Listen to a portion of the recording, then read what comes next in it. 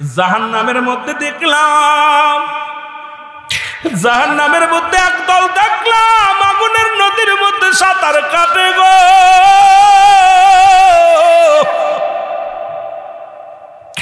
তারা আগুনের নদীর মধ্যে সাঁতার কাটে, তাদের আবার যখন ঈশা নদীর ভিতর থেকে কষ্ট করে কুল ধরে, আবার মালিক ফেরেশতার সৈন্যরা আবার তাকে ঘাট ধাক্কা দিয়ে আগুনের নদীর মধ্যে ফেলে দেয়, চিৎকার মেরে কান্দে। তাদের ওই আযাব হবে ইয়াউমুল কিয়ামতের ময়দানে। আমার নবী বলে, আয়েশা রে, ওই সমস্ত মানুষগুলো কোনো শান্তি পাবে না, শান্তি পাবে না। ওদের একমাত্র ঠিকানা হলো আগুনের নদী, জাহান্নামের মধ্যে আগুনের নদী। আম্মা জান আয়েশা সিদ্দিকা বলে, ইয়া রাসূলুল্লাহ, ইয়া হাবিবাল্লাহ, কারণটা কি জানতে পারি? আমার নবী বলে, ওই সমস্ত মানুষগুলো দুনিয়ার মধ্যে সুদখোর আর ঘুষখোর ছিল। জোরে জোরে চিল্লায় বলা যাবে না আল্লাহু আকবার। আল্লাহর নবী বলেন, যারা সুদ খায় আর যারা ঘুষ খায়, এ ঘুষখোরেরা শোন, হারামখোরেরা শোন, এই দুনিয়ার মধ্যে যারা ঘুষ খায়, যারা সুদ খায়, তাদের জন্য আবাদান আবাদান চিরস্থায়ী হলো ওই জাহান্নামের মধ্যে আগুনের নদী। জোরে জোরে চিল্লায় বলো আল্লাহু আকবার। বাবারে আমার, সুদ যারা খাস তওবা করবি, ঘুষ যারা খাস তওবা করবি। আজকে ঘুষখোর আর সুদ করে দেশটা ভরে গেছে, আমার দেশটা ভরে গেছে। আমার দেশের মধ্যে যারা লেখাপড়া করে, পিএইচডি করে বড় অফিসার হলো, বড় চেয়ার পাইয়া এ হারামখোর বইয়া বইয়া ঘুষ খায়, বইয়া বইয়া সুদ খায়। আমি আল্লাহর কসম করে বলি, মুসলমান শুনে নাও, শুনে নাও, পৃথিবীর মধ্যে কিচ্ছু বলতে কিচ্ছু নিয়ে যেতে পারবা না। এই পাপের জন্য কঠিন আযাবের মধ্যে পড়ে যাওয়া। এই জন্য আজকে এখান থেকে তওবা করব। আল্লাহ আমাদেরকে তুমি সুদ থেকে বাঁচাও, ঘুষ থেকে বাঁচাও, জিনা থেকে বাঁচাও, অন্যায় থেকে বাঁচাও। জোরে জোরে চিল্লায় বলা যাবে না আল্লাহু আকবার। আমার ভাইয়েরা, আমার বন্ধুরা, আমার যে কথা বলতেছি দিলের কান্ডা লাগা শোনো। নবীজি বললেন, দ্বিতীয় ব্যক্তি, তারা চারিদিক থেকে দেখি লোকজন এসে ক্ষমা চায়, জোর হাত করে মাফ চায়, আমাকে মাফ করে দেন। নবীজি বললেন, আম্মা জান আয়েশা বলেন, ওরা কারা? বলে, ইয়া রাসূলুল্লাহ, ইয়া হাবিবাল্লাহ, তারা কারা? নবী বললেন, ওই সমস্ত মানুষগুলো তাদের হজ, যাকাত, কুরবানি এত পরিমাণ আমল করত, কিন্তু পরনিন্দা করত, খালি গীবত করত। এখন আমার দেশে বড় বড় ভাইটাল বক্তাও আছে খালি গীবতের মধ্যে, আর সেই ডায়াসে বৈশা শুধু গীবত, সমালোচনার মুসলমান। এখন ওই ব্যক্তি যদি এই গুণ তার ভিতরে না থাকে, ইয়াউমুল কিয়ামতের ময়দানে ওই লোকটা এসে বলবে, আমার বিরোধিতা করে আমার মিথ্যা তহমত দিয়েছিলা, বলবে আমাকে মাফ করে দাও। রাসূল বললেন, তখন বড় আশ্চর্যজনক, ওই ব্যক্তির আমলনামা থেকে আমলনামাগুলো কেটে যাবে। ওই ইমানদার ব্যক্তি, ওই আমলদার ব্যক্তির ইমান শূন্য হয়ে যাবে, আমল শূন্য হয়ে যাবে। ওই আমলদার ব্যক্তি জাহান্নামে পৌঁছে যাবে। দুনিয়ার জিন্দেগির মধ্যে যত আমল করেছিল সব বরবাদ করে দেওয়া হবে। এইগুলো গীবত করে যার নামে সমালোচনা করেছিল, যার বিরুদ্ধে গীবত করেছিল, ওই সঙ্গে সঙ্গে তার আমল নামায় চলে যাবে, মাপসে কাজ হবে না। আমার নবী বলে, এমনও কিছু মানুষ আছে দুনিয়ার মধ্যে অনেক কষ্ট করে আমল করে, দুনিয়ার মধ্যে জিন্দেগিটা অনেক কষ্ট করে সাধনা করে, কিন্তু কিয়ামতের ময়দানে তারা আমল শূন্যে উঠবে শুধু গীবতের কারণে। আজকে দেখেন, ইমাম সাহেব বলেন, মাওলানা বলেন, সালাম ফিরিয়েই কিন্তু সমালোচনা, গীবত। জোরে বলেন ঠিক কিনা? আল্লাহ ডাকতে বলে, দুনিয়ার মানুষ শুনে লব,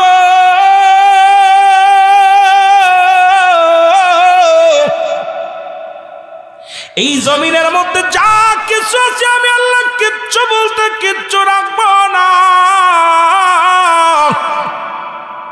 এই জমিনের মাটিগুলো কতই না ফাঁকি দিলা, বাই হইয়া বাইরে ফাঁকি দিলা, সন্তানের ফাঁকি দিলা, প্রতিবেশীরে ফাঁকি দিলা, কত এতিমের মাল ভক্ষণ করলাম, কত মানুষের বিরুদ্ধে মিথ্যা মামলা দিয়া কত মানুষকে কষ্ট দিলা, ক্ষমতার দাপট দেখাইলা, টাকার গৌরব দেখাইলা। ও যুবক, দিলের কান্ডা লাগা শোনো। আল্লাহ বলে, বান্দার এই জমিনটা আমি পুরো তামা বানায় দিব। খুব খেয়াল, খুব খেয়াল, এই জমিনটা পুড়ে হয়ে যাবে তামা। কি হয়ে যাবে? এত বাড়াবাড়ি কিসের রে বাবা? 100 টাকা 1 শতক জমির জন্য মাথা ফাটায়া দিলা, লাঙ্গল চষতে যা পরে জমি ঠেলা দিয়ে একটু বাড়ায় নিলা। এর কি করবা দুনিয়ার মধ্যে? কার জন্য সুদ খাও, কার জন্য ঘুষ খাও, কার জন্য জিনা করো, কার জন্য ব্যভিচার করো, কার জন্য অফিসে বইয়া বইয়া সুদ খাওয়ার ঘুষ খাও। এই দুনিয়ার সম্পদ খাবে লোকে, তোমার দেহ খাবে পোকে। জোরে কোন ঠিক কিনা? এই সম্পদ রেখে চলে যাবেন, সন্তান এটা নিয়ে হট্টগোল করবেন, বায়ে বায়ে হাঙ্গামা হবে, মামলা হবে, জেল হবে, ফাঁসি হবে। এই সম্পদ বেচে বেচে গাঁজাগুলি খাবে, সন্তানগুলো নষ্ট হয়ে যাবে। কিন্তু মুসলমান, আপনার দেহখানা মাটির মধ্যে পড়ে রবে, এই দেহখানা পোকা মাকড়ে খাবে। এমন দেহ গঠন করেন যেমন গঠন করেছিল। ও মুসলমান, গভীর মনোযোগ। আপনাদের মায়ে মানসিংয়ের মধ্যে, ও বাবা দিলের কান্ডা লাগা শুনে নাও। এই মায়ে মানসিং যখন বিশ্বরোড হয়, এই বিশ্বরোড হওয়ার সময় একটা কবর বাঁধল একজন আলেমের, মুস্তাকুন নবী নামে একজন আলেম, যিনি মুসলমান, দীর্ঘ 40টা বছর কবরে শুয়ে আছে। মসজিদের ইমামতি করতেন, একজন হালাল খরবান্দা। ওই মুস্তাকুন নবীর লাশটা খানা যখন ওই কবরটা ভেঙে ওই ভেকু দিয়া মাটি যখন খুঁজতে গেছে, লাশটা উত্তোলন হলো। আল্লাহর কসম করে বলি, আমি গুনাহগার গিয়েছি ওখানে বাবা, এবার দেখে এসেছি, বড় আশ্চর্য, লাশটা দেখতে পাই নাই, শুধু মোবাইলের মধ্যে দেখেছিলাম। তবে কবরটা দেখে এসেছি, পাশেই কবর দেওয়া হয়েছে, লাশের গায়ের একটু কাপড়ের কাপড় পচে নাই। ও মুসলমান শুনে নাও, লাশটা পচে নাই। ওনার ছেলেকে জিজ্ঞাসা করা হলো, মুস্তাকুন নবীর সন্তান 3টা সন্তান, এই 3টা সন্তানের ভিতর 2টা থাকে বিদেশের জমিনে, একটা থাকে দেশে। সেই সন্তান মুসলমান, ওই দোকানদারি করে, ভুসি, মাল ভুসি ইত্যাদি ইত্যাদি, গরু ছাগলের মালামাল যেটা খায় এগুলো ব্যবসা করে। ওনাকে জিজ্ঞাসা করা হলো, আপনার আব্বা এমন কি লোক ছিল? বলে, আমার আব্বা এই পাশের মসজিদ ইমামতি করত, দীর্ঘ 60 বছর ইমামতি করেছে একই মসজিদে গো, জীবনে একটা টাকা নেন নাই, জীবনে কোনোদিন আমার আব্বারে দেখি নাই তাহাজ্জুদের নামাজ কাজা যাইতে। মুস্তাকুন নবীর ছোট ছেলে বলেন, আমি আশ্চর্য হয়ে গেছি, গভীর রাত হয়ে যেত, বাড়ি আসতাম, এসে দেখি আব্বা জান যায় না মাঝের মধ্যে বসে বসে কোরআন তেলাওয়াত করে। রাত যখন বেশি হয়ে যেত, দেখতাম আব্বারে যায় না মাঝের মধ্যে বসে সিজদার মধ্যে পড়ে কান্দে। আরে এই পাগলটা মারা যাবে রে, এই পাগলটা মারা যা, তার কবরের কাপড়ের কাপড় পোষে নাই। আর আমার মতো ঘুষখোর সুদখোর যখন মারা যাবে রে, ওই কবর আবার ছাড়বে না, কবর আবার পোকামাকড়ে শেষ করে দিবে। আমি অনুরোধ করে যাব, মুসলমান শোনো, এমন দেহ করতে হবে যেন দেহের মধ্যে পোকামাকড় না লাগে, এমন দেহ বানানোর দরকার আছে কি না? জোরে জোরে চিল্লায় বলেন, আছে কি না? জোরে জোরে চিল্লায় বলা যাবে না আল্লাহু আকবার? আমার ভাইয়েরা, আমার বন্ধুরা, আমি বলতেছিলাম, এই জমিনটা পুরো তামা যাবে গো।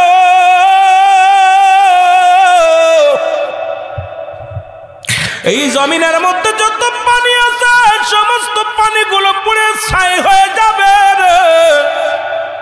ও যুবক, পৃথিবীতে 3 ভাগ পানি, 1 ভাগ মাটি। এই 3 ভাগ পানি পুড়ে ছাই হয়ে যাবে, জমিনটা পুড়ে তামা হয়ে যাবে। ঘোষণা কার? আর একটু জোরে বলেন, ঘোষণা কার?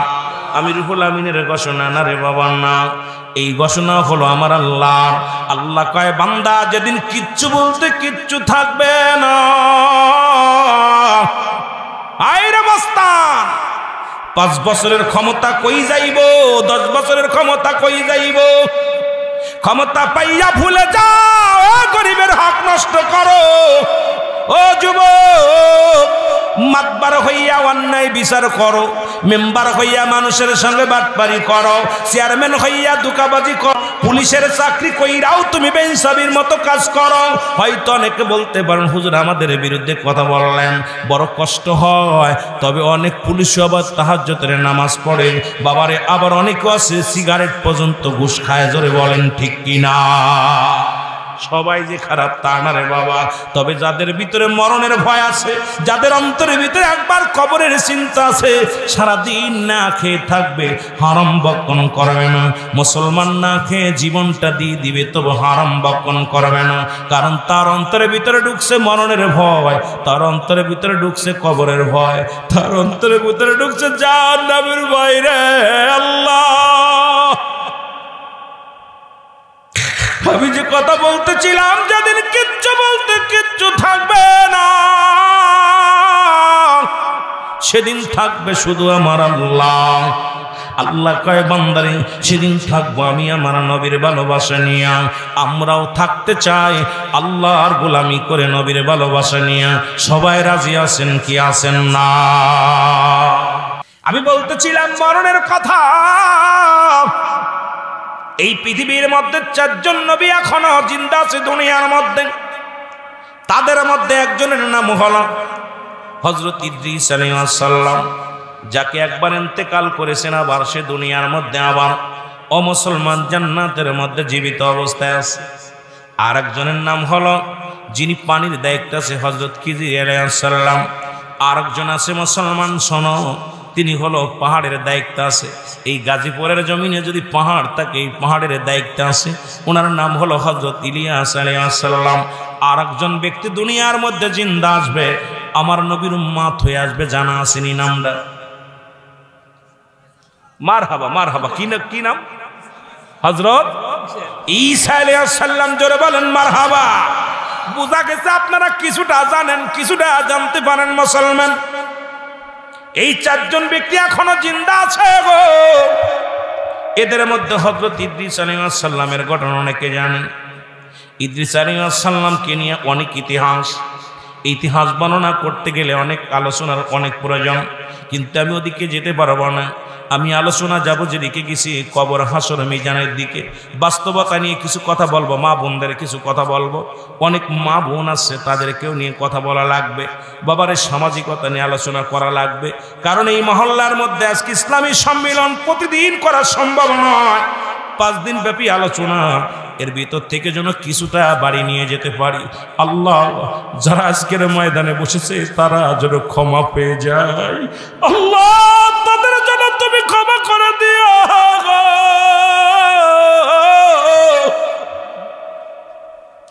রব্বি কারীম,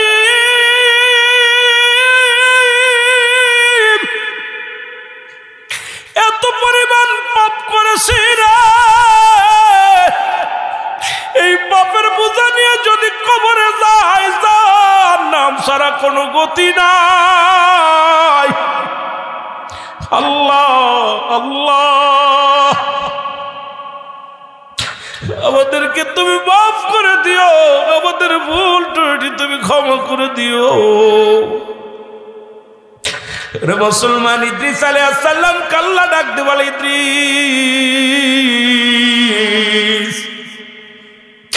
তুমি জান্নাত পেয়ে খুশি হয়েছো নি? বলে আল্লাহ, আমি জান্নাত পেয়ে বড় খুশি হয়েছি। আমার আল্লাহ কয়, ইদ্রিস রে, আমার জান্নাত বড় দামি, জান্নাত বড় বড় নিয়ামত। ইদ্রিস আলাইহিস সালাম ডাক দে বলে, রব্বে কারীম, তোমার জান্নাতের নিয়ামতের আমি বিবরণ কি দেব? তোমার জান্নাতের বিবরণ আমার দেওয়া সম্ভব নয়, কিন্তু তোমার আজরাইল আমার সঙ্গে ভালো ব্যবহার করে নাই। তোমার আজরাইল আমার কষ্ট দিছে জানটা বাইর করার সময়। আল্লাহ ডাকতে বলে, আজরাইল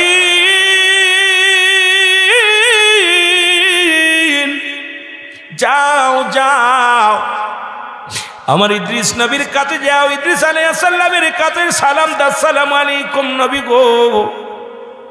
বলে, আজরাইল রে, আগে বলো আমার রূহটা কেমনে বাইর করেছে, আগে বলো কেমনে বাইর করেছে। আজরাইল বলো, হুজুর আপনি জানেন না আমি এত বড় দানব, আকাশে আমার মাথা, জমিনে আমার পা, সারা পৃথিবীর পানি যদি আমার মাথায় ঢেলে দেওয়া হয়, একটু পানি জমিনের মধ্যে ঘোরে পড়বে না। আমি এত বড় দানব নবী গো, একমাত্র ইমানদারের রুটা বাইর করার জন্য জমিনের মধ্যে আসি গো। ওই কাফির বেঈমানদের জান কবজ করতে আমি জমিনের মধ্যে আগমন করি না। আসমান থেকে এমন একটা হুক্কার মারি, কলিজাটা ফেটে যায়, নাক দিয়া মুখ দিয়ে রক্ত বাইর হয়ে যায়, পায়খানা প্রস্রাব হয়ে যায়, একটঙ্গ বেঁকা হয়ে যায়, জিহ্বা বাইর হয়ে যায়, চোখটা বড় হয়ে যায়, বড় কঠিন মৃত্যু হয়। একমাত্র ইমানদারের মৃত্যুটা আমি দুনিয়ার মধ্যে আসি, সালাম দিয়া তার আত্মাটা বাইর করি, জানটা বাইর করি। আল্লাহ নবী ইদ্রিস আলাইহিস সালাম বলে, আজরাইল রে আগে বলো আমার মৃত্যুটা কেমনে হয়েছে। ডাকতে বলো, হুজুর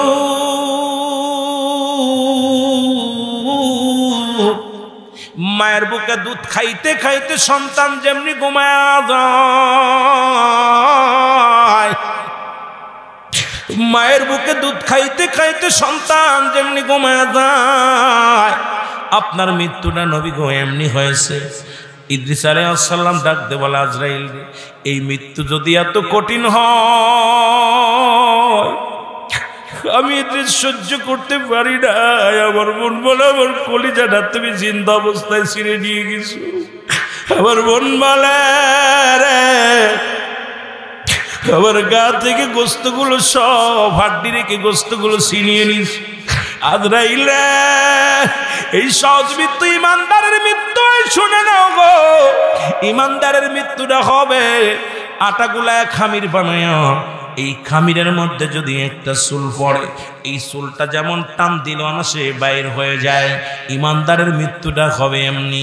ইমানদারের মৃত্যুটা এত আসানে হবে, সেই মৃত্যু যদি এত কঠিন হয়, তাহলে কঠিন মৃত্যুটা কত কঠিন হয়। আল্লাহ আমাদের সহজ মৃত্যু দিয়ে দিও। ইদ্রিস আলাইহিস সালাম ডাকতে বলে, আজরাইল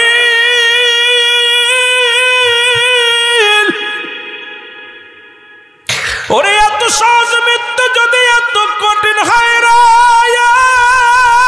আজরাইল, যারা মরণের সময় পায়খানা করে দেয়, মরণের সময় জিহ্বা বাইর হয়ে যায়, মরণের সময় যাদের চোখটা বড় বড় হয়ে যায়, মরণের সময় যাদের দুনিয়ার মধ্যে রে একটা অঙ্গ পড়ে যায়, কত মানুষের জানাজা পড়াইলাম রে, কত মানুষের দাফন করাইলাম, কত মানুষের কবরে রাখলাম। আল্লাহ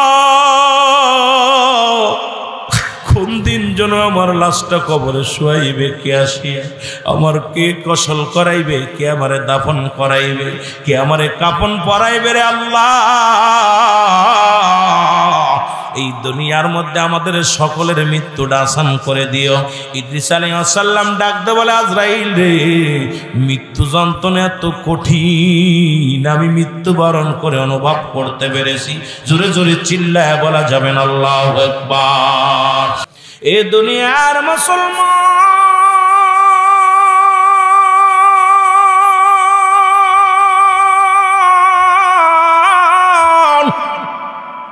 আমি বলতেছিলাম মানুষের জীবনে তিনটা বিপদ গো। নাম্বার 1 হলো মানুষের মরণ, নাম্বার 2 হলো কবর, নাম্বার 3 হলো কিয়ামতের ময়দান। একমাত্র স্রষ্টার মৃত্যু নাই, সৃষ্টির মৃত্যু আছে। পৃথিবীর মধ্যে যত মাখলুকাত আল্লাহ রাব্বুল আলামিন বানাইছে সব কিছুর মরণ আছে। আপনিও যাবেন ফিরআউন, নমরুদ, কারুন, যারা খোদাই দাবি করেছিল, আল্লাহ তাদেরকেও নিয়ে গেছে। আপনাদের মুসলমান শোনো, এই বাকুদিয়ার জমিনের মধ্যে কত মানুষ ছিল, যাদের ভয় এলাকার মানুষগুলো থরথর করে কাঁপত, আজকে তারা কোথায়? তারা কবর জগতে শুয়ে গেছে। তাদের কবর উপরে দিয়ে কুত্তা ছেলে পায়খানা করে, অনেকের কবর উপরে দিয়ে গরু ছাগলে ঘাস খায়। খেদানোর মতো ক্ষমতা আল্লাহ দেয় নাই। মোল্লা গোষ্ঠীর ভয়ে সাহিত্যের গোষ্ঠী চলতে পারত না। এ মুসলমান, বিশ্বাস গোষ্ঠীর ভয়ে মোল্লা গোষ্ঠী চলতে পারত না। কোথায় সেই মস্তানি, কোথায় সেই দাপট, কোথায় সেই সম্পদ, কোথায় তোমার সেই গায়ের বল? আমার বাবারা শুনে না, মরণের কথা বললে বড় কষ্ট লাগে গো। এ মুসলমান, আল্লামা মুফতি, এ মুসলমান, আল্লামা মুফতি আমজাদ আলী সাহেব একটা কিতাব লিখলেন। কিতাবের নাম হলো বারে শরিয়াত।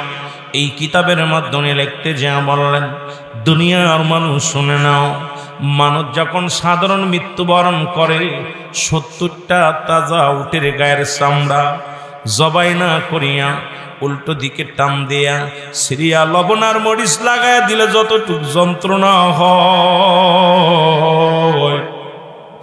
এর চাইতে 70 গুণ যন্ত্রণা হলো একটা সাধারণ মৃত্যু। আল্লাহ,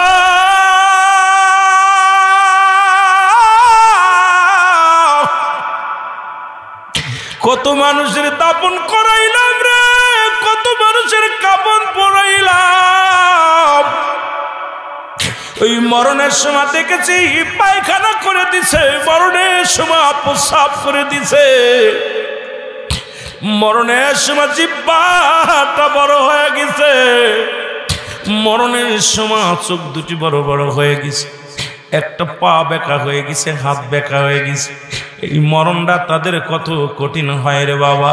এই মরণের পেয়ালা পান করতে হবে, এর মধ্যে কোনো সন্দেহ নাই। জোরে বলেন ঠিক কিনা?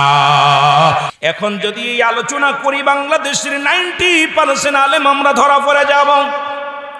যদি বলি যাদের সঙ্গে দেখা দেওয়া যায় গো, তাদের সঙ্গে বিয়ে করা সম্পূর্ণ হারাম।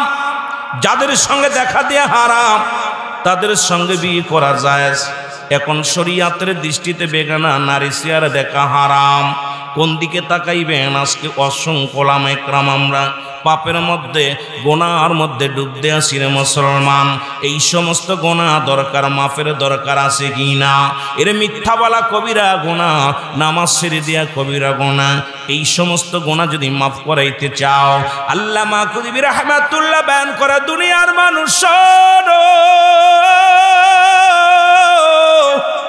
যদি কোথাও রিয়াজুল জান্নাহ বেহেশতের বাগানের সংবাদ শুনতে পাও, ওই বাগানখানা করে ধরে বান্দা যখন খাস তওবা করে, কবরের ভয়ে, মরণের ভয়ে বান্দা যখন চোখটা ভিজায় ফেলে পানি দিয়ে, ডাকতে বলে আল্লাহ,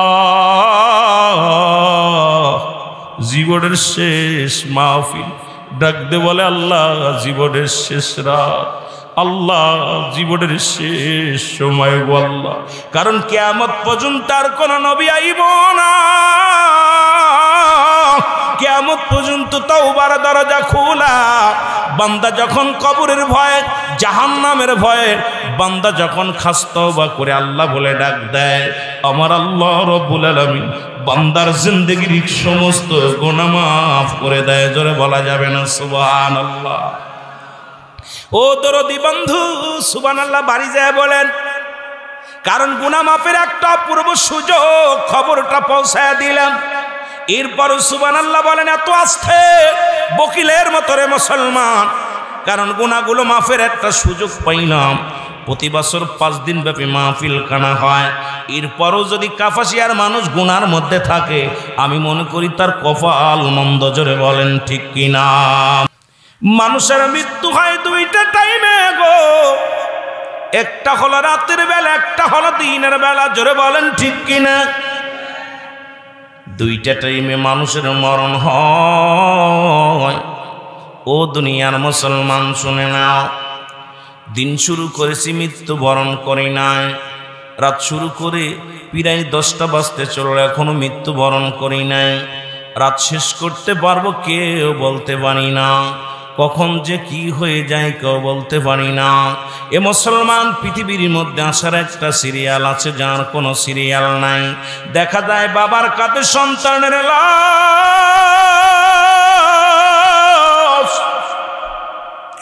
সন্তানের কাঁধে বাবার লাশ।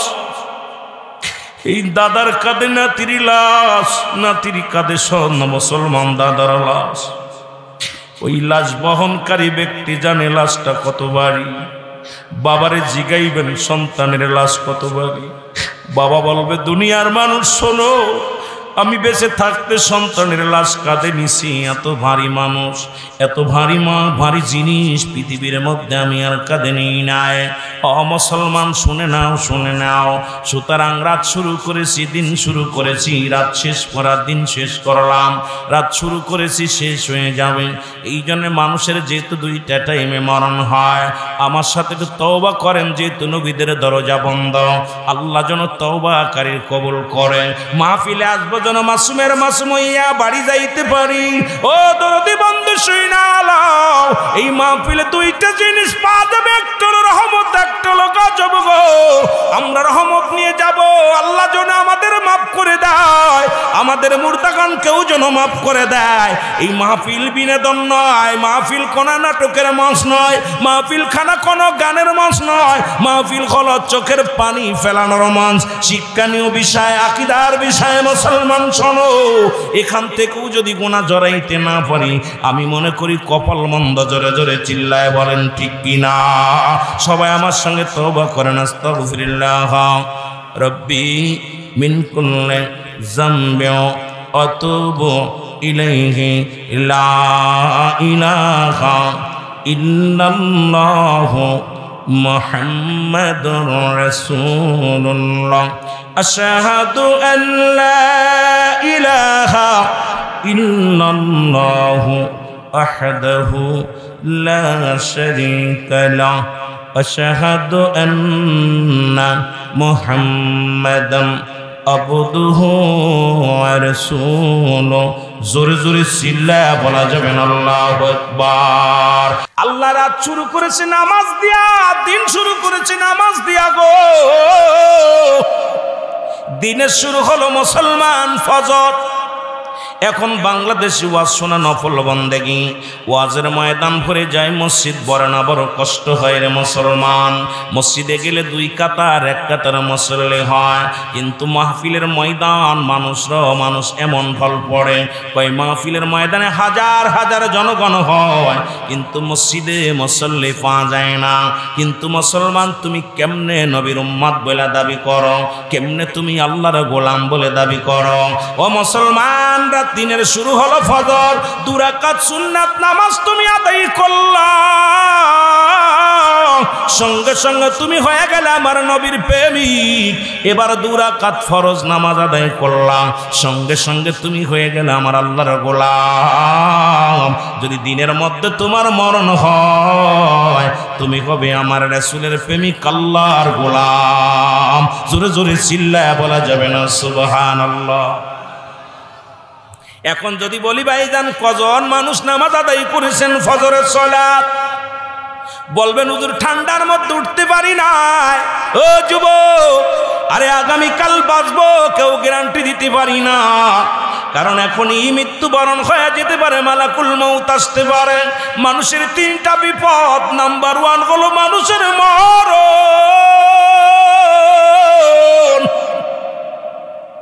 2 নাম্বার বিপদ হলো মানুষের কবর, 3 নাম্বার বিপদ হলো কিয়ামতের ময়দান।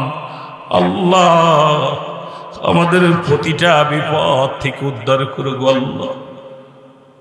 আমার ভাইরা, আমার বন্ধুরা, আমার দিন শুরু করেছি, দিন শেষ করেছি, রাত শুরু করে দিলাম। রাতের শুরু হলো মাগরিব। ও বান্দা, 3 রাকাত ফরজ নামাজ তুমি আদায় করলা, সঙ্গে সঙ্গে তুমি হয়ে গেলে আমার আল্লাহর গোলাম। এখন যদি মুসলমান, এবার 2 রাকাত সুন্নাত নামাজ তুমি আদায় করলা, সঙ্গে সঙ্গে তুমি হয়ে গেলা নবীর প্রেমিক।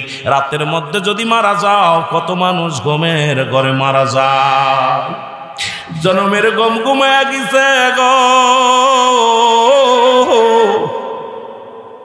কত মানুষ সিজদার মধ্যে মারা যায়, কত মানুষ খাবার খাইতে যে মারা যায়, কত মানুষ মাঠে মারা যায়, রাস্তায় মারা যায়, অফিসে মারা যায়, সিজদার মধ্যে যে মারা যায়। কোন হালাতে মরণ হবে আমি বলতে আপনি বলতে পারি না রে বাবা। সুতরাং আপনি যখন নবীর প্রেমিক আল্লাহর গোলাম হয়ে গেলেন, রাতের মধ্যে মৃত্যু হলে আপনি জান্নাতি আমার আল্লাহ বলেন দাতানিল মুমিনিন। আল্লাহ কয় মুমিনদের জন্য, মুত্তাকিনদের জন্য আমি আল্লাহ প্রস্তুতি করে রাখলাম আটটা জান্নাত। এই দুনিয়ার মুসলমান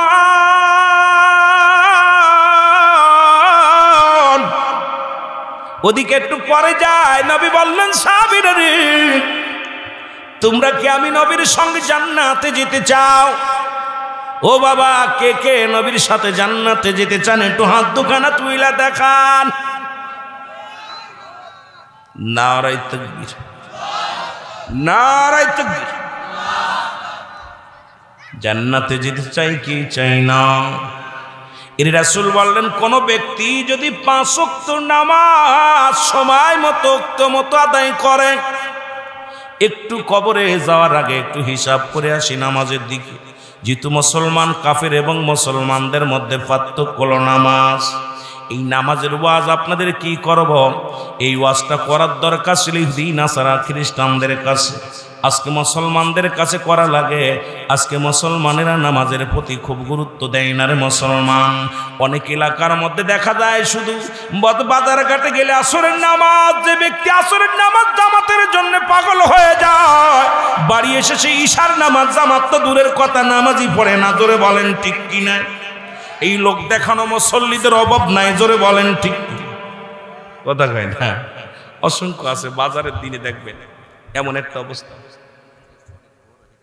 আস্তে আমার বাবারা, আমার বন্ধুরা, আমার যে কথা বলতেছিলাম নামাজ, নবীজি বললেন যে ব্যক্তি 5 ওয়াক্ত সালাত সময় মতো ওয়াক্ত মতো আদায় করতে পারবে, আমি নবী তার হাত ধরে জান্নাতে নিব। জোরে বলা যাবে না?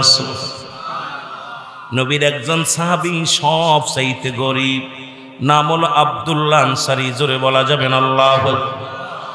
নাম কি সাহাবী? জোরে বলেন নামটা কি? আব্দুল্লাহ আনসারী। উনি এমন গরিব ছিল, এই কাপাসিয়ার জমিনে এমন গরিব আমার মনে হয় নাই।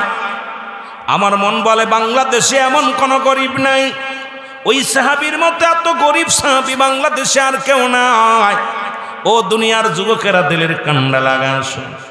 উনি বাড়ি গেলেন, বাড়ি যাওয়ার পর বিবি ডাক দে কয় স্বামীরে, আপনি ওয়াজ শুনতে গেছিলেন, রাহমাতাল লিল আলামিন কি ওয়াজ করছে বলেন? ডাক দে কয় বিবি রে, আমার নবী ওয়াজ করছে যে ব্যক্তি 5 ওয়াক্ত নামাজ সালাত জামাতের সঙ্গে সময় মতো ওয়াক্ত মতো আদায় করতে পারবে, আল্লাহর নবী তার হাত ধরে জান্নাতে নিয়ে যাবে। বিবি ডাক দে বলে, আমার অনেক মা বোন আছেন। আমার ভাইজান বললেন, শোনো মা বোনের আগো। আব্দুল্লাহ আনসারী বিবি ডাকতে বলে, স্বামী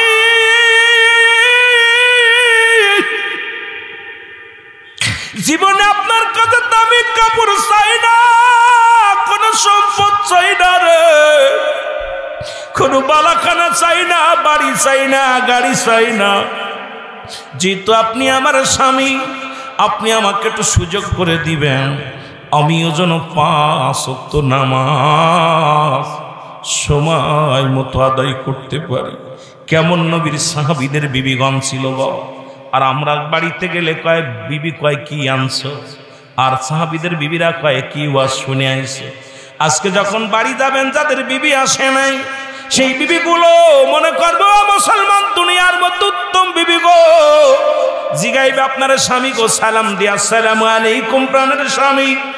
বক্তা কি ওয়াজ করলো, আপনি যদি বলেন এই আমলের ওয়াজটা করেছে, যদি বিবির দিলের ভিতরে লেগে যায়, কারণ হিদায়াতের মালিক কোনো পীর সাহেব নয়, হিদায়াতের মালিক কোনো মাওলানা নয়, হিদায়াতের মালিক কোনো আলেম নয়, কোনো আমির সাহেব নয়, হিদায়াতের মালিক আল্লাহর নবীও না। যদি পৃথিবীর মধ্যে যদি কোনো পীর সাহেব বলে আমি হিদায়াতের মালিক, মালিক আমি কোটা ভণ্ড। যদি মৌলবী কয় হেদায়েতের মালিক আমি বলি ভণ্ড। কোন আলেম যদি কয় আমি হেদায়েতের মালিক আমি কই ওটা ভণ্ড। কারণ যদি হেদায়েতের মালিক যদি ও মুসলমান তোমরাই হবে, কারণ হেদায়েতের মালিক আমার আল্লাহ আমার নবীকে উদাই নাই। হেদায়েতের মালিক যদি নবী হতো তাহলে আবু জাহেলের কপালে কালেমা জুটতো। হেদায়েতের মালিক আমার আল্লাহ। জোরে জোরে চিল্লায় বলেন ঠিক কিনা। আব্দুল্লাহ আনসারী নবীর পিছে নামাজ আদায় করে, প্রতিদিন নামাজ আদায় করে, সালাত আদায় করে আনসারীকে নবী আর দেখতে পায় না। নবী ডাক দিয়ে বলে, সাহাবীরা রে, আমার আনসারীকে আমি দেখতে পারি না, কিন্তু প্রতিদিন নামাজে আসে। আপনাদের ইমাম সাহেব বলতে পারে কে আসছে জামাতে। যখন মুসল্লিদের সঙ্গে ইমাম সাহেবের একটা আন্ডারস্ট্যান্ডিং হয়ে যায়, প্রেম হয়ে যায়, ইমাম সাহেব যদি একবারে দুইবার যদি কোনো মুসল্লিকে না দেখে, জিগায় তার পাশের বাড়ির মুসল্লিকে, ভাইজান অমুক আসে নাই কেন? কারণ ইমাম সাহেবের সাথে সম্পর্কটা ভালো হয়ে যায় মুসল্লি। জোরে বলেন ঠিক, আর একটু জোরে বলেন। রাহমাতুল্লিল আলামিন ডাকতে বলো, সাহাবীরা রে, আমার আনসারী কই? বলে ইয়া রাসূলুল্লাহ, ইয়া হাবিবাল্লাহ, হয়তো দুনিয়ার কোনো প্রেমের মধ্যে পড়ে গেছে, দুনিয়ার কোনো ঝামেলায় পড়ে গেছে। নবী কয়, না না, আমি নবী নিজেই যাব, দেখতে যাব রে মুসলমান, আমি নিজেই যাব দেখার জন্য। আমার বাবারা, কারণ এই যে মানুষের বিরুদ্ধে না দেখে সমালোচনা করা, মানুষের বিরুদ্ধে আচরণ করা, মানুষের সমালোচনা করা, মানুষের নামে গীবত করা, আল্লাহর নবী বলে, আয়েশা রে, সবচাইতে আমি কষ্ট পাইলাম। আমি বলতেছিলাম মুমিনদের জন্য প্রস্তুতি আছে 8টা জান্নাত গো, কাফেরদের জন্য প্রস্তুতি আছে 7টা জাহান্নাম। আল্লাহ বলেন, বিসমিল্লাহির রহমানির রহিম, উইদ্দাত লিল কাফিরিন। আল্লাহ বলে কাফের বেঈমান মুনাফিকদের জন্য। অসংখ্য মুনাফিক তখন ছিল, এখনো আছে গো। আল্লাহ কমিনান নাস, মানুষের মধ্যে মায়া করো, তারা বলবে আমান্না, তার ঈমান আনছে বিল্লাহি, আল্লাহর প্রতি, অবিলাও নীলাখের আখিরাতের প্রতি বিশ্বাস স্থাপন করছে। ওমা হুম বিমুমিনিন। আল্লাহ কয়, ও রাসূল শুইনা নাও। আল্লাহ ডাক দে বলে, খাবি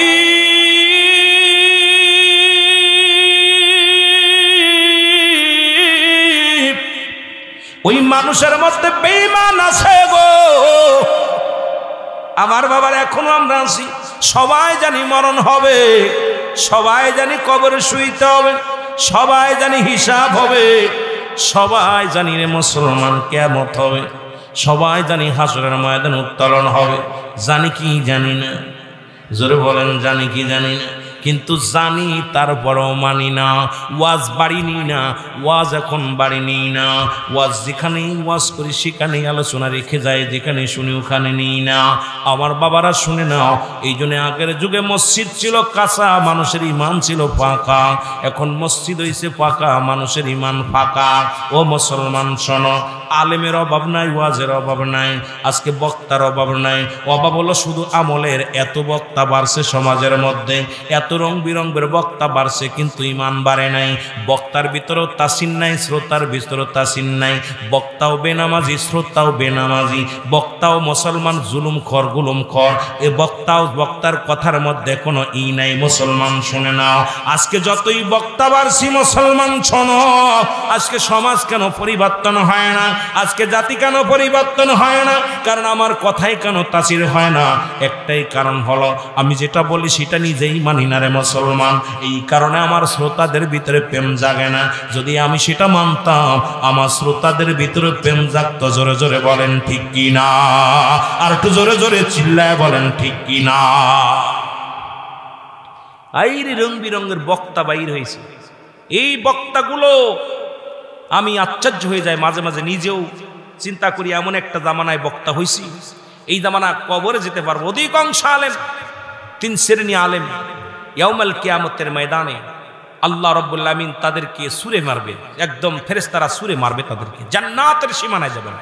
তার ভিতরে নাম্বার 1 এই দুনিয়া কামানোর জন্য যারা ইলম অর্জন করছে, দুনিয়ার সম্পদ টাকা পয়সা ধন দৌলত কামানোর জন্য ইলম অর্জন করছে। 2 নাম্বার হলো যশ খ্যাতি নাম। আমার সুনাম আমিরুল আমিন সিদ্দিকী বাংলাদেশ 1 পিস, আমার মতো কেউ নাই। এই একটা অহংকার, আমি বড় বক্তা, বড় জান্নাওয়ালা, আমার মতো আর কেউ নাই, সব গরু। কথা বুঝেন নাই? এই অহংকার যখন আসছে, এই বক্তাগুলো কিয়ামতের ময়দানে কঠিন লাঞ্ছিত হবে, অপমানিত হবে। 3 নাম্বার হলো যে সমস্ত বক্তা ইলম অর্জন করছে অন্যকে ধরার জন্য, শুধু বায়াজে তর্ক, বায়াজে জিতার জন্য। তার ইলম অর্জন করছে কাকে ডাউন মারা যাবে, কাকে অপমানিত করা যাবে, সে নিজের চিন্তা করে আমি বড় আলেম, আমার সামনে দেখিয়ে যাবে। আমার দেশে অসংখ্য আলেম আছে এরকম, খালি অন্যের পিছে লাগার চিন্তা, ওর খালি ইলম অর্জন করাই হলো, ও ধরতে হবে। এই 3 শ্রেণী আলেম কিয়ামতের ময়দানে বড় কঠিন বিপদের মধ্যে পড়ে যাবে। আল্লাহ আমাদেরকে বুঝার তৌফিক দান করুন সকল। আরো জোরে বলেন আমিন। কষ্ট হচ্ছে নি ভাই? আমিন কইতে কষ্ট হয়? আমাদের দিকে আবার আমিন যে তারে হলো জমি মাফে। কি মাফে? আমিন যারে বলে, আমিন বললে বুঝায় মনে হয় জমি মাফা লোক। আপনাদের কি বলে যারা জমি মাফা, তাদের কি বলে? কাম সারছে, এই জন্য আপনারাও বলতেছেন না আমিন, কারণ আপনাকে তো জমি মাফার দরকার নেই, ঠিকই না? আমার ভাইরা, আমার বন্ধুরা, আমার এই মুনাফিকদের জন্য, কাফেরদের জন্য আমার আল্লাহ রাব্বুল আলামিন একটা নয়, 2টি নয়, 7টা জাহান্নাম প্রস্তুতি করে রাখছে। জোরে বলা যাবে না আল্লাহু আকবার? আর একটু জোরে বলা যাবে না আল্লাহু আকবার? এ ভাইরা, আমার বন্ধুরা, আমার 2 নাম্বার বিপদ হলো মানুষের কবর।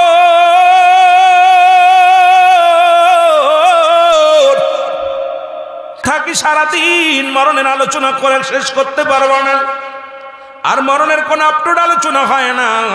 হয় ইন্তেকাল করছে, নাই মরে গেছে, ঠিক কথা কয় না, ওই মরে গেছে নাই মারা গেছে, কথা কন না, ইন্তেকাল করছে, কেউ স্টাইলি কয়। কিন্তু বাবারা, কথাগুলো বলতে গেলে বড় মজা লাগে না, কষ্ট লাগে। একই মাইকে বলতেছেন মরহুম আবু তাহের সাহেব ইন্তেকাল করছে। কে ইন্তেকাল করছে? জোরে বলা যাবে না কে ইন্তেকাল করছে?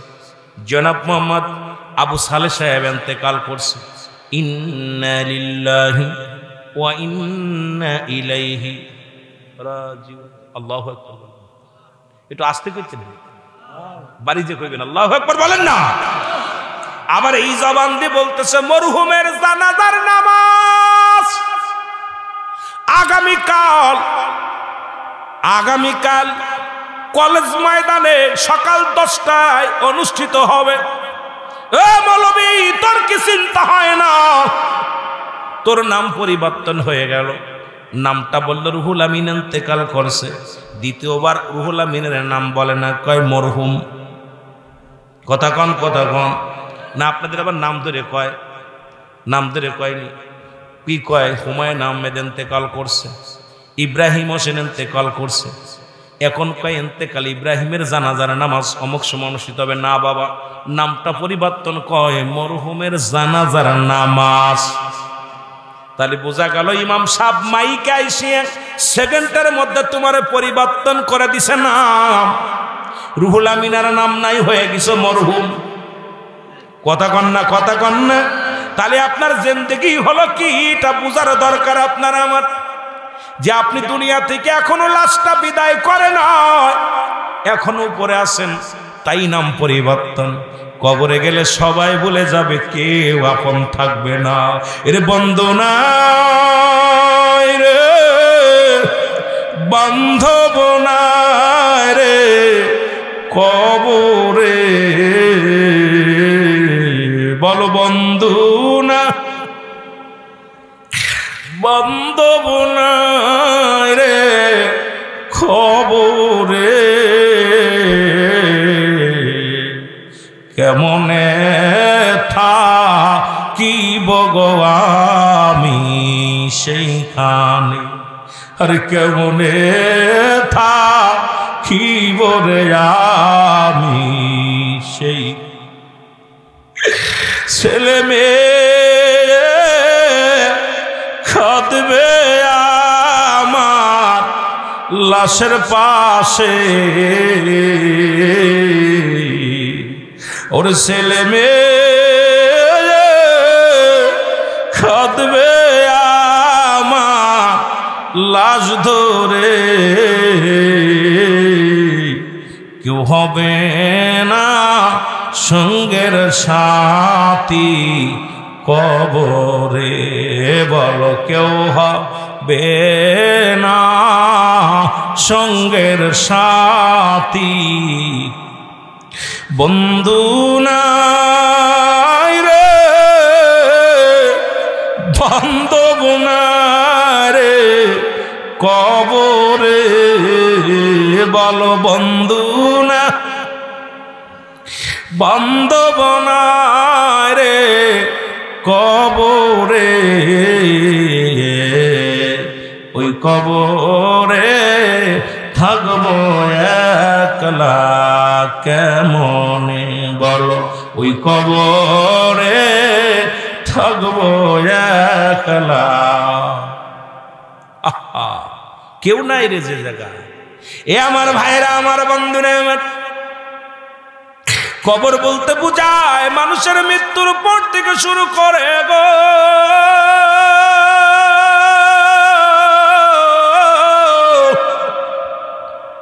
কিয়ামত পর্যন্ত জগৎটাকে বলা হয় কবরের জগৎ। জোরে বলো আল্লাহু আকবার।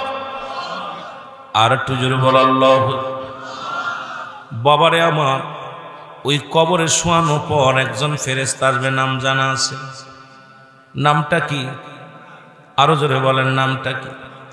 এতকাল ওয়াজ শোনেন, এখনো নাম জানেন না?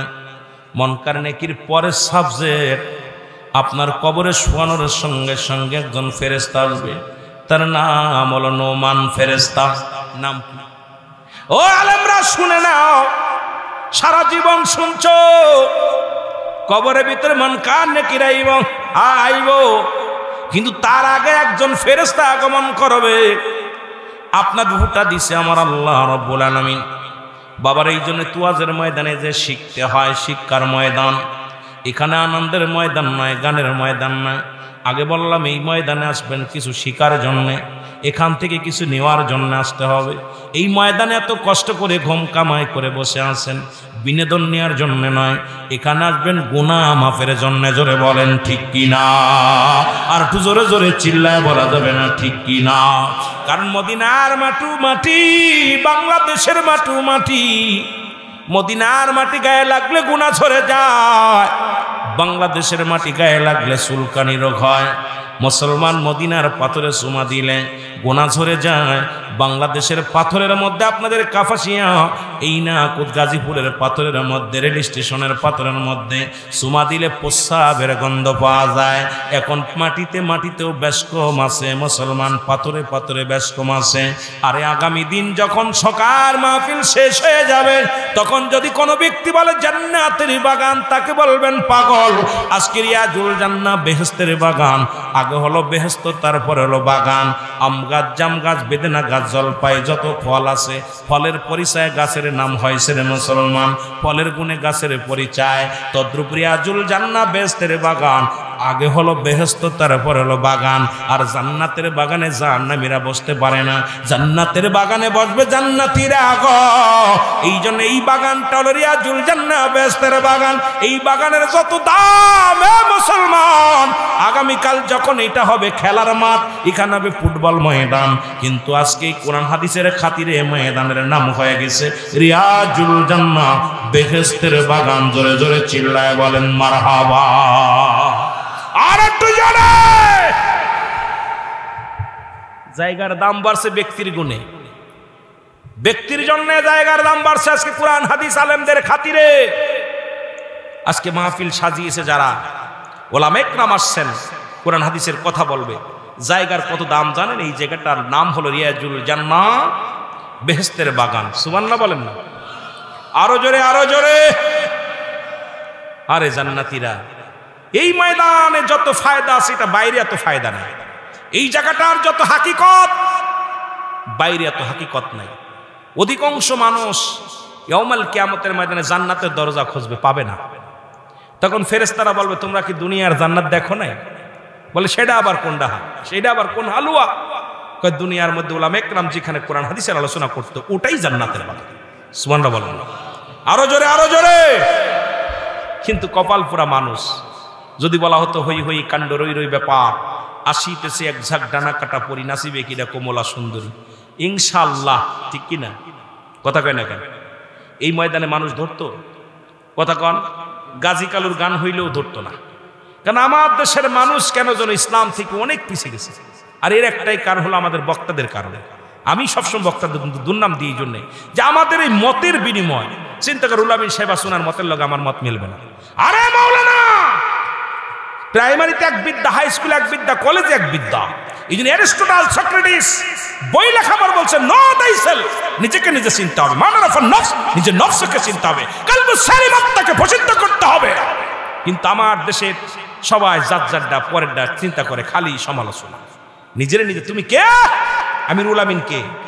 আমি ব্যক্তির আপনাদের মতের বাইরে থাকতে পারেন, কিন্তু যখন এখানে আম সমাজ, আমাকে কোরআন হাদিসের বাইরে আমার পক্ষাত্ম কথা আলোচনা হবে না। কোন বক্তা আমার দেশে যখন যে তরিকার আসবে, যদি কোনো তরিকার, সেই তরিকার আলোচনা, যদি কোনো মানে এক একটা নিয়ম বদলে গেছে এখন, যে যে সিলসিলার বই সিলসিলা না, কারণ জনগণ এখানে সাধারণ, এখানে আওয়ামী লীগ, বিএনপি, জামাত, শিবির সব ধরনের মানুষ আছে। আমাদেরকে আলোচনা করতে হবে কোরআন হাদিস দিয়ে এইভাবে যে হেদায়েতমূলক কথা বলতে হবে, যা দ্বারা মানুষের কল্যাণ হবে। জোরে বলেন ঠিক কিনা? এটা পক্ষাত্ম হয়ে গেছে। নেতৃত্বের মতো আসলে কি অবস্থা, মাঝে মাঝে কষ্ট লাগে, তবে বলতে পারি না, কারণ এত বড় জ্ঞানী তো না বাবা। যেটুকু জ্ঞান অর্জন করেছি এটুকের মধ্যে দিয়ে আল্লাহ, আমি জ্ঞান চাই না, আমি চাই আমল, আমল করে যেন নাজাত নিয়ে জান্নাতে যেতে পারি। বাবা আল্লাহ যেন কবুল করে, সকল বলুন আমিন। আমি যে কথা বলতেছিলাম, দুনিয়ার মুসলমান শুনে নাও, ফেরেশতার নাম কি? আস্তে কইতেন না, জোরে কইতেন। হযরত নুমান ফেরেশতা, উনি কবরের ভিতর আসবে, ডাকতে বলবে বান্দা ওঠো গো। নুমান ফেরেশতার হাতের মধ্যে থাকবে দুইখানা কাগজ। বাবা ওয়াজ শোনো, ও দরদি বন্ধু শুনে নাও, দুই টুকরা কাগজ থাকবে, একটা হলো নেকির কাগজ, একটা হলো বদির কাগজ। ডাকতে বল বান্দা রুহুল আমিন সাহেব ওঠো। রুহুল আমিন রে উঠে বড়, জহিরুল ইসলাম টুটুল ভাই উঠে বড়, সালাউদ্দিন সাহেব উঠে বড়, আমিনুল ইসলাম উঠে বড়, মাইনুল ইসলাম উঠে বড়। এইরকম নাম ধরে ধরে ডাকবে, বেটা ওঠো। উঠিয়া বলবে আমার আল্লাহ তোমার রুহ দিয়েছিল, আজরাইল তোমার রুহ নিয়ে গেছে। এরা মুসলমান কিরামান কাতিবিন তোমার আমল নামা লিখে রাখছে গো। এই দুইখানা পত্র আমি নিয়ে তোমার কাছে হাজির হয়ে গেছি, এইগুলো তুমি লিখে দাও। এখন তোমার আমি রুহটা দিলাম, তাড়াতাড়ি লিখে দাও, দেরি করো না। বান্দার হাতে ধরাইয়া দিবে আমল নামাটা, ভালো আমল নামাটা। যখন হাতের মধ্যে দিয়ে দিবে, বান্দা দেখবে 40 বছর 50 বছর কত রাকাত নামাজ পড়েছিলাম, কতটা রোজা রাখছিলাম, কতটা আমল করেছিলাম, নামাজ রোজা হজ যাকাত ইত্যাদি ইত্যাদি আমল করেছিলাম। বান্দা বড় খুশি হয়ে যায়, বলবে ফেরেশতারা রে দাও দাও, আমারে দাও, আমি লেখা দিব। বাবার কবরের ভিতরে যার আমল নামা লেখা লাগবে, টিপসই চলবে না। ওদিন না বলার কায়দা নাই, লাদ্রি লাদ্রি কিচ্ছু জানি না, কাজ হবে না। কারণ আপনার আমল নামা যার আমল নামা তার লেখা লাগবে। ওই কেরামন কাতিবিন যেটা লিখে রাখছে ওটা গচ্ছিত রাখছে, এটা আপনার ফটোকপিটা সামনে হাজির করে দিবে, তোমার দেখে দেখে লেখা লাগবে রে মুসলমান। বান্দা তখন বলবে আমি লিখবো, আমি তো কলম নাই, আমার কাছে কলম নাই। ডাক দে ফেরেশতা বলবে বান্দা, ও বান্দা শুনে নাও, কলম হলো তোমার ডান হাতের সাদত আঙ্গুল মুবারক। জোরে জোরে চিল্লায় বলা যাবে না আল্লাহু আকবার। এর উপায় নাই রে, উপায় নাই রে, উপায় নাই। অন্ধকার কবরে সেই দিন কোন গতি নাই, বলো উপায় নাই রে, উপায় নাই রে, উপায় নাই। অন্ধকার কবরে ওই দিন কোন বন্ধুরা, হে বাবু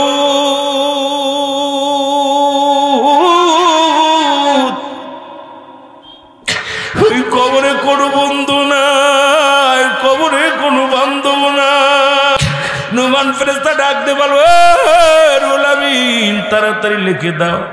ডাক দিয়ে বলবে তোমার কলম হলো তোমার ডান হাতের শাহাদাত আঙ্গুল মোবারক। জোরে জোরে চিল্লায় বলা যাবে না আল্লাহু আকবার। আমি আপনাদেরকে পায়ে ধরে বলে যাই, ও যুবক, এই বাকুয়া দিয়া মুসলমান আজকে উচ্চ বিদ্যালয়ের মাঠে আমি আপনাদেরকে জোর হাত করে বলে যাই, এই হাত দেওয়ার ঘুষ নিস না, এই হাত দেওয়ার গাজার প্যান্ডেল দাস না, এই হাত দেওয়ার মদের প্যান্ডেলের টাকা দিস না, এই হাত দেওয়ার মুসলমানি আবার ধরিস না, এই হাত দেওয়ার গাজার প্যান্ডেলের মদের প্যান্ডেল ধরিস না রে যুবক, এই হাতের মধ্যে আর সিগারেট বিড়ি দিস না রে যুবক, এই হাতের শাহাদাত আঙ্গুল মোবারক হবে তোমার কলম। বান্দা বলবে আমি কলম পাইলাম, এখন কালি পাবো কই? ডাকতে বলবে বান্দারে, কালি হলো তোমার মুখের থুতু মুবারক।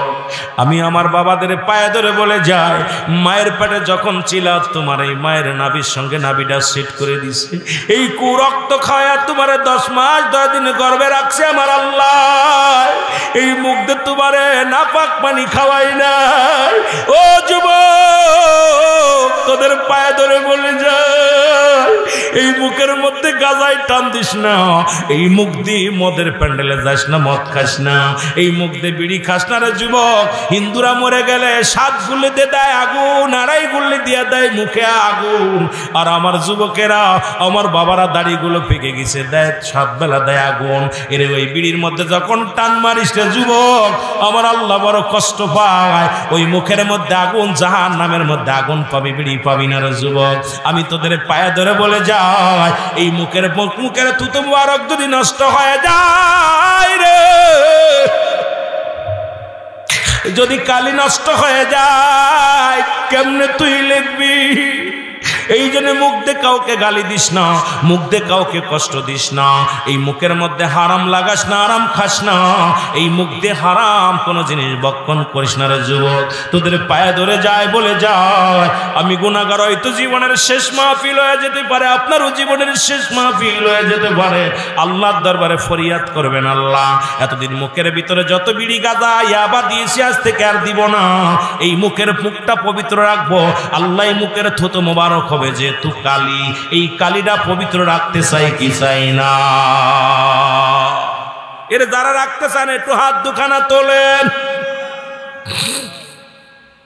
আব্বারে কি ওয়াজ করব? আল্লাহ রাব্বুল আলামিন আপনার মায়ের গর্ভের সঙ্গে, গর্ভের ভিতরে 10 মাস 10 দিন গর্ভে ধারণ করালেন। আল্লাহ আপনার মুখ দিয়ে কুরক্ত খাওয়ান নাই, কারণ মায়ের নাভির সঙ্গে আপনার নাভিটা জুড়াই দিছে। আর সেই মানুষগুলো দুনিয়ায় এসে গাঁজা, ইয়াবা, ফেন্সিডিল, মদ, কত প্রকার মাদক সেবন করতেছে। আমার আল্লাহর দরবারে কি জবাব দিবে? এই মুখের থুতু মুবারক হবে কালি। আল্লাহু আকবার বলেন। কি হবে? জোরে বলেন কি হবে? কালি হবে।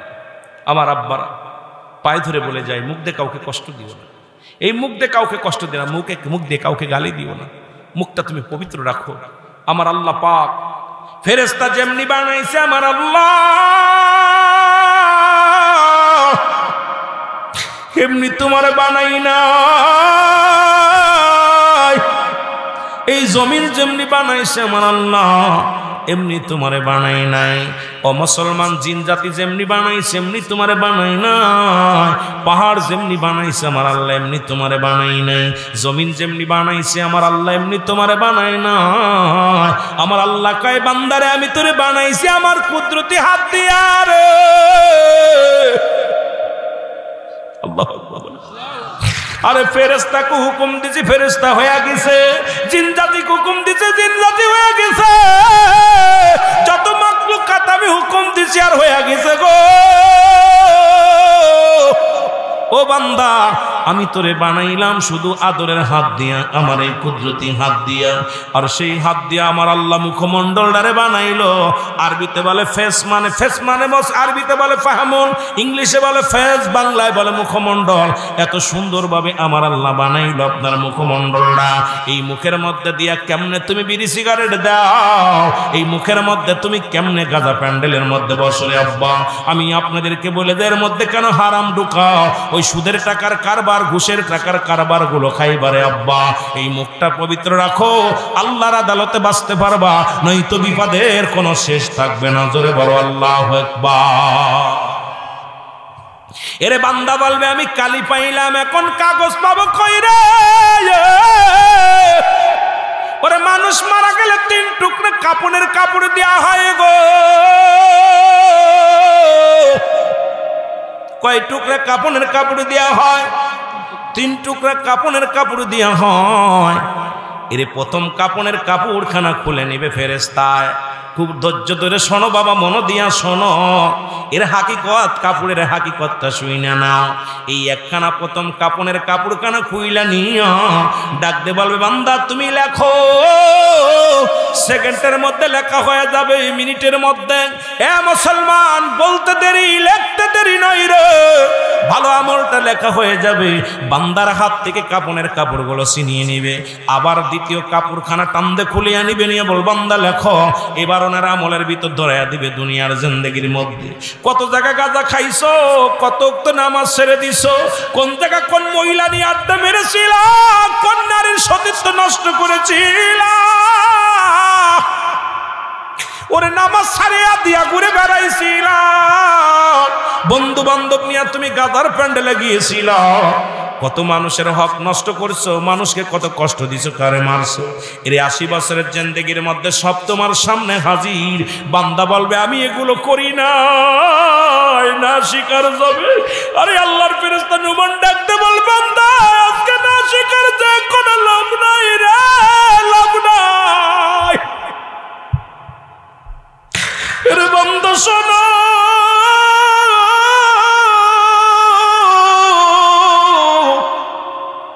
ওই যে আজকে মোবাইলে যেমন ভিডিও পেলে হয়, যারা ভিডিও করে, এই ভিডিওগুলো টানতে বলবে বান্দারে অমুক দিন রাত্রে তুমি কোন মহিলা নিয়ে আড্ডা মেরেছিলা, অমুক দিন কোন বন্ধু বান্ধব নিয়ে গাদার প্যান্ডেলে বসেছিল, কোথায় কোন বন্ধু নিয়ে চুরি করতে গিয়েছিল, কোথায় হারাম বক্ষণ করেছিল। বান্দার সামনে কত মিনিট, কত সেকেন্ড, কোন বছর, কোন তারিখ, সময় পর্যন্ত সামনে হাজির হয়ে যাবে। বান্দা বড় লজ্জা পেয়ে যাবে। বান্দা বলবে আমি লিখতে পারবো না এই পাপের বোঝাটা। এর ফেরেশতা কি করবে? নুমান ফেরেশতা ডান দিক থেকে চাপ দিবে, ডান দিকের আড্ডিগুলো বাম দিকে চলে যাবে। আল্লাহ, ওই বাম দিক থেকে চাপ দিবে, ওই বাম দিকের আড্ডিগুলো ডান দিকে চলে আসবে। বাবার উপর থেকে নিচে থেকে চাপ দিবে, এক একটা আমল তোমার বদ আমল গুলো লেখাবে। ওরে এমন ভাবে গর্জন মারবে রে, এমন ভাবে মুগুর দিয়া, এমন ভাবে গর্জন মারবে হাতুড়ি দিয়া, ওরে শ গজ গজ মাটি নিচেই চলে যাবে রে বান্দা। আবার উত্তোলন করা হবে, কবরে আযাব হয়। যদি বিশ্বাস না হয় আমার কথা, আগামীকাল যে আপনার আব্বার কবরের পাশে একটা গরু বানবেন, গরু বান্ধিয়া ভালো খাবার দিবেন, খাবার দিয়ে একটু আড়ালে দাঁড়ায় থাকবেন, দেখবেন ওই গরুটার চোখ দিয়া দর দর করে পানি ছেড়ে দিছে, ওই রশিটা সিরাসিরি করে টালু মালু তাকাইবে। কারণ একমাত্র কবরে আযাব মানুষ এবং দানব বুঝতে পারে না, পৃথিবীর সব প্রাণী বুঝতে পারে না মুসলমান। ওই কবরে যখন আযাব হয়, কবরবাসীর ওই এক একটা চিৎকার নুমান ফেরেশতার মারির হাপন আপন কাপড় যখন শুনবে, এমন ভাবে চিৎকার মারবে যদি দুনিয়ার মানুষ শুনতো, দুনিয়ার মানুষগুলো হাত ফেল করে মারা যেত। জোরে জোরে চিল্লা বলা যাবেন আল্লাহু আকবার। যদি বিশ্বাস না হয়, আপনার যদি বিশ্বাস না হয় যে কবরে আযাব হয়, আল্লাহর কসম করে বলতেছি, আপনি একটু বাড়িতে যাবেন, বাড়ি যাইয়া আপনার বাবা মা আর কবরের পাশে গরু ছাগল বানবেন, বেদে একটু আড়ালে দাঁড়ায় দেখবেন গরু টপ ছাগল টপ টপ করে পানি ছেড়ে দিচ্ছে। কারণ কবরে আযাব একমাত্র মানুষ এবং দানব বুঝতে পারে।